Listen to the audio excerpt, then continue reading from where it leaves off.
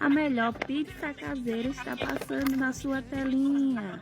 É isso mesmo, a melhor receita de pizza caseira. Vou te passar agora para um lanchinho da tarde, um lanchinho da noite, para sua família, final de semana, né? Você que escolhe o dia, o horário que você vai comer, mas que ela é boa, viu? Simples e rápida.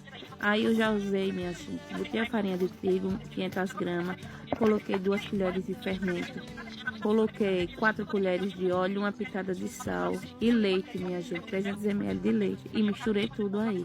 Depois que eu misturei tudo com a colher, eu fui, virei na bancada para poder botar a mão na massa, assim, a mão na massa.